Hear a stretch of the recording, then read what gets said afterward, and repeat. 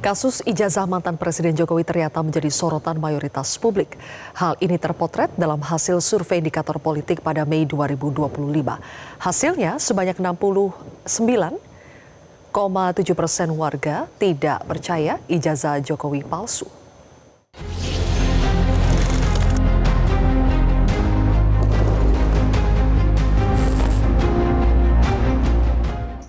Kasus ijazah mantan Presiden Jokowi menjadi salah satu yang diamati untuk mengukur tingkat pengetahuan sekaligus kepercayaan publik terhadap kasus ini. Survei menunjukkan mayoritas responden atau 75,9% tahu kasus ijazah Jokowi yang kini menjadi perhatian publik, sedangkan 24,1% warga mengaku tidak mengetahui isu tersebut. Menurut peneliti utama sekaligus pendiri indikator politik Profesor Burhanuddin Muhtadi, dari mayoritas warga yang mengetahui kasus ini, sebanyak 69,7% menyatakan percaya ijazah Jokowi asli. Sementara 18,7% menyatakan ijazah Jokowi palsu. Mereka yang mengetahui kasus ini, yang tidak percaya bahwa Pak Jokowi memalsukan ijazah, itu 69,7%. Jadi kalau yang warna biru itu, yang tidak percaya 69,7%, sementara semua responden terlepas mereka tahu atau tidak tahu, yang tidak percaya bahwa Pak Jokowi memalsukan ijazahnya itu 66,9%. Jadi kisaran 66,9 sampai 69,7%. Menanggapi hasil survei, mantan Presiden Jokowi menganggap masyarakat masih memiliki logika yang sehat. Di sisi lain, masih ada responden yang percaya Jokowi memalsukan ijazah. Ayah Wapres Gibran Rakabuming Raka itu menyadari tetap akan ada pro dan kontra. Ya, artinya masyarakat memiliki logika dan penalaran yang sehat. Memiliki logika dan penalaran yang sehat. Artinya itu. Karena logikanya memang nggak masuk. Saya kira 68% ya, menyampaikan ketidakpercayaannya. Tapi juga masih ada yang percaya, Pak? Ya, pasti ada yang pro, ada yang kontra, ada yang percaya, ada yang nggak percaya. Meski demikian, Jokowi memilih untuk menyerahkan ke proses hukum. Presiden ke-7 RI itu menegaskan akan ada bukti dan fakta yang diungkap di persidangan secara gamblang dan transparan. Tim Liputan Metro TV. Setelah kepolisian menghentikan penyelidikan kasus dugaan ijazah palsu Presiden ke-7 Joko Widodo, kini terbit survei dari Indikator Politik Indonesia yang menunjukkan 66,9 hingga 69,7% publik tidak percaya Jokowi memalsukan ijazahnya. Kami akan membahasnya bersama dengan pendiri Lembaga Survei Indikator Politik Indonesia, Profesor Burhanuddin Muhtadi, dan mantan Deputi 4 Kantor Staf Kepresidenan KSP, Ali Mohtar Ngabalin. Selamat malam, Prof. Burhan, Bang Ali. Selamat malam, Assalamualaikum warahmatullahi wabarakatuh. Waalaikumsalam warahmatullahi wabarakatuh. Terima kasih. Ya, baik. Prof. Burhan, kenapa ada pertanyaan soal ijazah Jokowi di dalam survei tingkat kepercayaan publik terhadap kinerja lembaga-lembaga negara dan pemberantasan korupsi? Ya, jadi kita menanyakan secara rutin berkaitan dengan public trust terhadap lembaga-lembaga negara dan institusi penegak hukum dan pemberantasan korupsi. Jadi isu ijazah itu bagian dari penegakan hukum, termasuk isu-isu yang berkaitan dengan premanisme, kemudian kasus korupsi yang melibatkan beberapa pihak dalam kasus Pertamina, dalam kasus Timah. Jadi semuanya ada dalam 59 slide yang kita presentasikan 2 hari yang lalu. Jadi ini pertanyaan yang tidak ujuk-ujuk tiba. Kita tahu selain isu-isu korupsi dan penegakan hukum, kasus ijazah ini kan sudah bergulir ke aparat penegak hukum, saling lapor antara kedua belah pihak. Nah, pertanyaannya bagaimana publik mempersepsi itu? Nah, kalau kita lihat dari puluhan slide yang saya tampilkan, itu sebagian besar sebenarnya bukan soal ijazah. Jadi sebagian besar itu soal public trust terhadap institusi lembaga negara dan kasus-kasus korupsi yang lain. Tetapi yang membetot perhatian publik memang isu ijazah. Nah, dugaan saya berkaitan dengan temuan survei 75% warga yang terjaring dalam survei kami secara probability sampling itu mengaku mengikuti kasus ini. Dan itu berbeda dengan kasus-kasus korupsi lain yang sebenarnya jauh lebih berbahaya buat Republik, yang tingkat awareness-nya itu bahkan di bawah 20%. Nah ini kan ironis, ada isu besar yang seharusnya lebih menuntut perhatian publik, tetapi tenggelam oleh isu ijazah.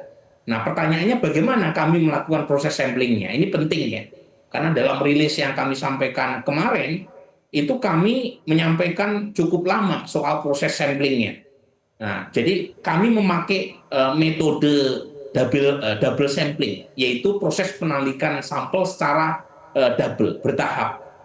Kenapa? Karena kami melakukan survei by phone, database survei untuk melakukan pencuplikan secara random, itu kami lakukan dengan mengambil data jutaan responden yang pernah kami wawancari secara tatap muka.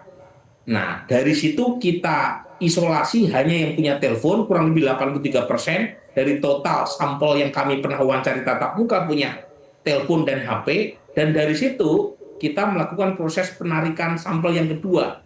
Ya, dari situ kita punya 1.286 responden yang terpilih secara acak, demografi validasi sampelnya baik, dan tersebar dari Aceh sampai Papua. Nah, dari situ kita temukan pola yang menarik. Pertama, tingkat awareness publik tinggi sekali terhadap kasus ini, dan itu yang menjelaskan mengapa isunya terus bergulir, karena banyak yang mengikuti. Yang kedua, bukan hanya awareness, karena yang paling penting, kalau mereka tahu kasus ini, mereka percaya atau tidak. Nah, datanya itu konsisten antara 66,9 sampai 69,7% responden itu tidak percaya Pak Jokowi memalsukan ijazah. Memang ada 19% masyarakat yang percaya, tapi overall masyarakat tidak percaya. Nah, ini artinya sebenarnya masyarakat pengen segera kasus ini segera beralih karena tidak produktif. Ada banyak isu berkaitan dengan pelemahan ekonomi, berkaitan dengan PHK, berkaitan dengan regresi demokrasi, dui fungsi TNI. Kita masih membicarakan soal ijazah pejabat publik yang sudah tidak lagi menjadi presiden, yang menurut saya relevansinya tidak pas untuk konteks geopolitik dan tantangan ekonomi yang berat saat ini. Oke, baik. Bang Ali, penting tidak sebetulnya kita mengetahui persepsi publik saat ini soal ijazah Pak Jokowi? Ya, yang pertama karena ini tadi dari penjelasan Profesor Burhanuddin, 19% itu bagi rakyat Indonesia yang terkontaminasi atau terprovokasi dari penjelasan-penjelasan sesat terkait dengan ijazah palsu Bapak Presiden Joko Widodo, maka memang hasil akhir yang paling diperlukan sekarang itu adalah proses percepatan penyelesaiannya di mahkamah, di pengadilan. Bayangkan dari indikator politik Indonesia, kita tahu ya lembaga ini punya kredibilitasnya tidak diragukan lagi. Ya, 66,9% rakyat itu punya keyakinan bahwa mereka tidak percaya kalau Presiden ke-7 Joko Widodo itu melakukan pemalsuan terhadap ijazahnya. Itu artinya bahwa rakyat ini kan luar biasa memahami tentang proses yang sedang berlangsung ini. Tetapi saya setuju dengan Profesor Burhan bahwa saya dari awal sudah mengatakan proses isu ijazah palsu ini telah menyita banyak energi, banyak kerja-kerja penegakan hukum yang harus terungkap di publik itu tertutup dengan isu ijazah palsu ini. Mbak Zilvia dan Profesor Bur, ada teman saya baik yang di Korea maupun dari Saudi Arabia, dia takut datang ke Indonesia melakukan investasi terhadap program pemerintah yang luar biasa ini, Danantara ini.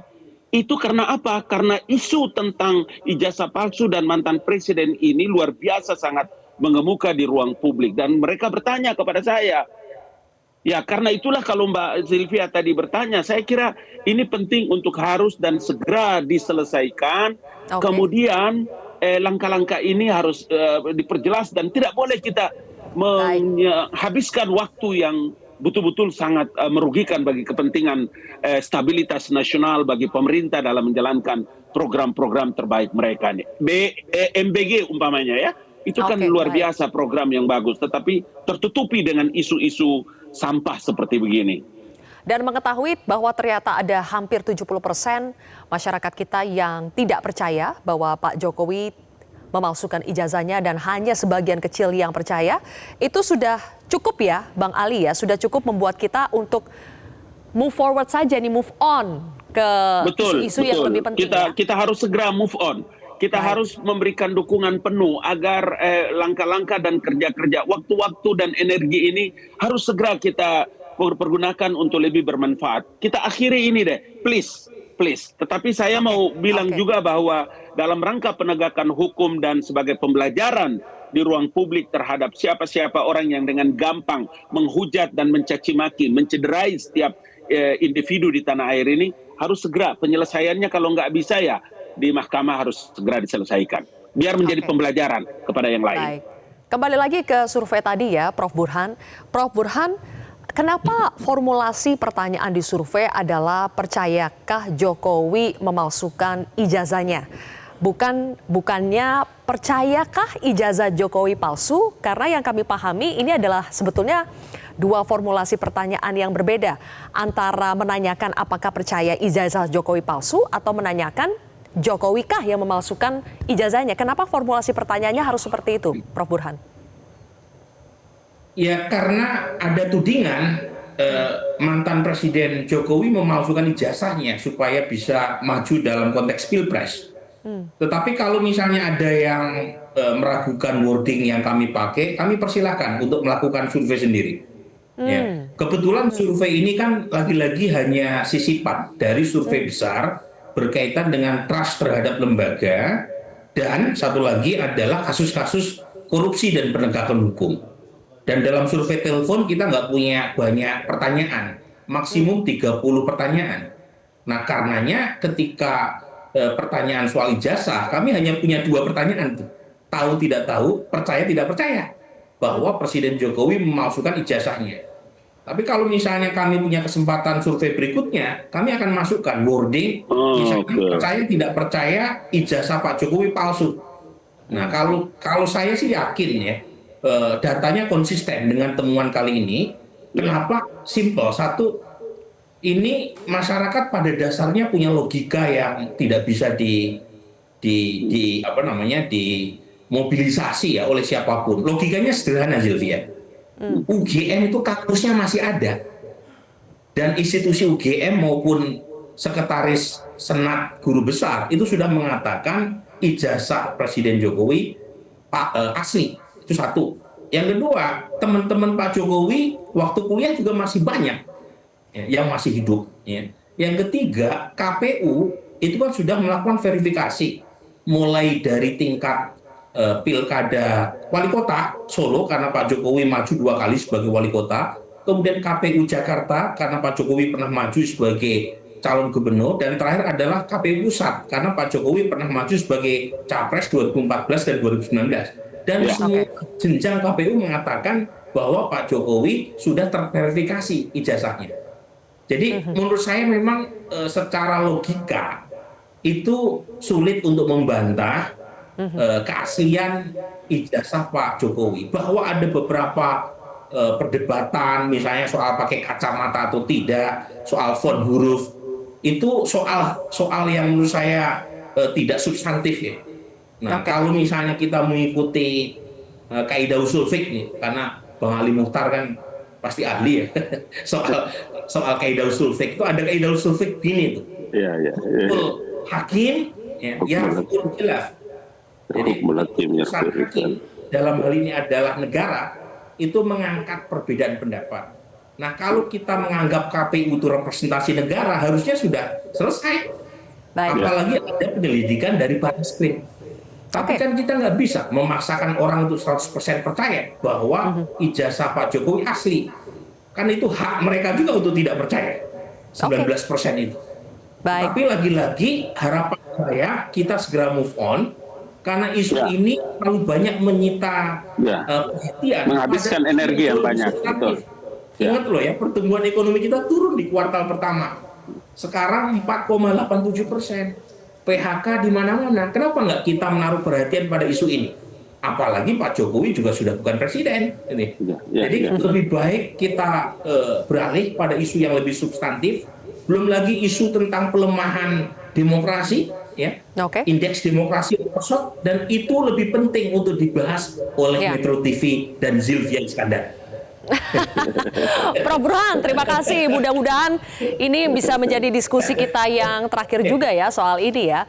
Oke, Bang Abalin, Dan untuk semoga menutup saya nggak ini perlu ya. survei lagi ya soal begini. Nah, untuk menutup ini nih Bang Abalin, jadi memang kita ingin move on ya, tapi kalau Bang Abalin kan bilang bahwa kasus ijazah Jokowi ini adalah proyek dengan anggaran sangat besar, kemudian juga ada yang mendanai, ada dalangnya, tidak menutup kemungkinan kalau mereka ini tidak, kalau memang betul ya, tidak menutup kemungkinan mereka tidak akan move on nih, selalu saja mencari celah. Nah, Bang Ali, apa yang mendasari Bang Ali mengatakan seperti itu dan kepada mereka ini jika benar memang ada, apa yang harus dilakukan? Ya, coba tadi Profesor Burhan sudah bilang, Joko Widodo itu bukan lagi presiden. Beliau pernah bilang bahwa, saya sudah tidak jadi presiden, sudah ya, cukup ya masalah ini. Masih saja terus disuarakan. Kasus isu ijazah palsu ini bukan sebulan 2 bulan, Mbak. Ini hampir 10 tahun loh. Berapa biaya itu? Emang mampu orang biayai satu isu begini panjang 10 tahun? Duit dari mana itu dipakai? Apa kepentingannya? Orang-orangnya cuma segitu doang, tidak cukup 10 jari saya. Teriakannya luar biasa keras. Please, dengan hasil survei indikator politik yang terhormat, yang amat terpelajar, Profesor Burhanuddin, ini penting untuk kita harus segera move on. Banyak sekali program-program pemerintah ini yang harus segera kita dukung. Saya terus terang ingin mengatakan bahwa teman-teman di Papua itu bicara tentang masalah makanan bergizi, gratis dan lain-lain. Itu tidak bisa kita respon dengan baik. Ruang publik ini terisi. Jadi kalau Zilvia menanyakan saya dengan pertanyaan ini, makanya saya bilang, kumpulkan mereka, dudukan mereka biar saya tunjuk satu-satu muka-muka mereka. Karena mereka pernah bicara loh sama saya. Mereka pernah datang mengadu loh problem-problem mereka tentang kebijakan-kebijakan Jokowi pada waktu itu. Karena itu saya tidak ragu-ragu. Nggak usah pakai hukum gantung di Monas, nggak perlu. Siapkan saja waktu proses hukum sedang berlangsung, kau akan hadapi itu semua keputusan pengadilan. Ya, beristighfarlah banyak, segera move on. Kita harus bantu ini pemerintah untuk bagaimana melaksanakan program-program terbaik ini untuk melayani masyarakat. Itu aja deh. Saya terima kasih Prof. Burhanuddin. Oke, baik kalau begitu. Bang Ali Ngabalin dan Profesor Burhanuddin Muhtadi, terima kasih atas waktunya bersama kami di Prime Time hari ini. Jelajahi cara baru mendapatkan informasi. Download Metro TV Extend sekarang.